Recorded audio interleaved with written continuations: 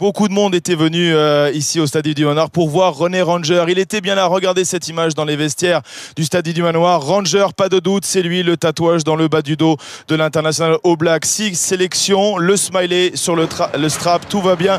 René Ranger va pénétrer comme vous sur le pelouse du top 14, dans le grand bain du top 14 pour sa première apparition face au champion de France du Castres Olympique. De l'émotion aussi pour Julien Thomas qui retrouve son ancien club. 9 saisons passées pour Julien Thomas sous les couleurs montpelliéraines. Les Montpelliérains qui sont sous pression dès l'entame de match puisque le Castres Olympique prend les commandes. Le Castres Olympique a les ballons, à l'image ici de Marcel Garvé. Des occasions franches, des initiatives, de l'alternance au large, au pied et finalement pas d'essai, pas de temps fort récompensé pour les Castrés qui vont donc s'en remettre logiquement à la botte de leur buteur Geoffrey Palis puisqu'il ouvre le score 3-0. Les Castrés qui vont ensuite insister dans le secteur de la mêlée fermée, qui vont être récompensés une nouvelle fois. Et voilà comment après 10 minutes de jeu au Stade du Manoir, ce sont les Castrés qui mènent 6-0 grâce à 2 pénalités par signé Geoffrey Palis. Mais voilà, Montpellier va se réveiller avec la première intervention dans le top 14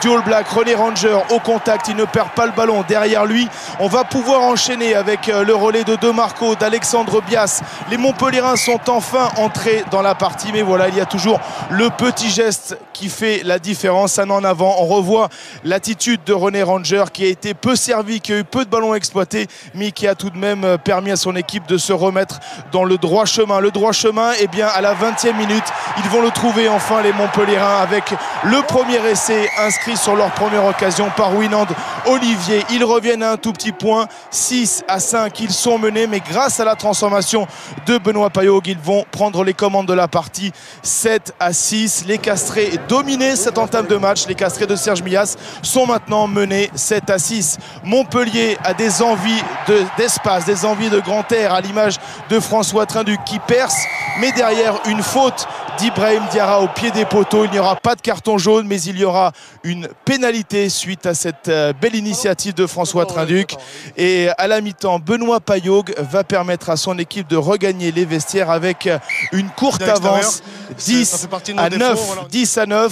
Fulgence Ouedraogo remobilise ses troupes, lui qui était blessé, lui qui était sur le bord de la touche, 10-9. Mais voilà, dès l'entame de la deuxième période, Geoffrey Palis va permettre à son équipe du Castres Olympique de recoller au score et de reprendre l'avantage, 12-10. C'est un match très serré, c'est un match où il y a des envies, que ce soit au large ou au près. On sollicite encore une fois René Ranger, une action qui ne débouchera sur rien, si ce n'est sur une pénalité de Benoît Payaug qui va permettre dans un premier temps à Montpellier de mener 13-12 et ensuite 16-12. 4 points d'avance seulement pour l'équipe de Montpellier. Les deux équipes sont au coude à coude. La rencontre est très fermée, très serrée et va basculer ici avec le carton jaune d'Ibrahim Diarra. Les Castrés sont 4-14 contre 15. Les Castrés pourtant ne vont pas encaisser de points et voilà comment à 10 minutes de la fin sur l'une de leurs rares occasions, passe au pied de Kirkpatrick, remise volleyée de Romain Martial pour Geoffrey Palis qui a la surprise générale permet à son équipe de mener 17-16. Geoffrey Palis va manquer la transformation. Les Castrés ne mènent que d'un tout petit point sur la pelouse de Montpellier. Les toutes dernières actions seront montpelliéraines, mais voilà, Geoffrey Palis, le grand bonhomme de cette partie, va passer une nouvelle pénalité, 20-16. Fulgence Ouedraogo est dépité, 20-16, 4 points de retard pour Montpellier qui va jeter ses dernières forces dans la bataille avec Winand Olivier, le 3/4 centre sud-africain qui va échouer à 5 mètres. La mêlée va-t-elle revenir à Montpellier ou à Castres pour la balle de match? On revoit cette image en avant de Winand Olivier. La balle de match est manquée, occasion ratée pour Montpellier qui s'incline pour la première fois de la saison à domicile, 20-16. En revanche, première victoire à l'extérieur cette saison des champions de France. Le Castres Olympique s'impose 20-16. La première dans le top 14 de René Ranger est forcément manquée. On avait préparé sereinement ce match. On savait la qualité de ce groupe montpelliérain avec les nouvelles recrues. On savait que ça allait être compliqué et puis je pense que tout le monde s'est mobilisé à 200% pour justement trouver les clés de la première victoire.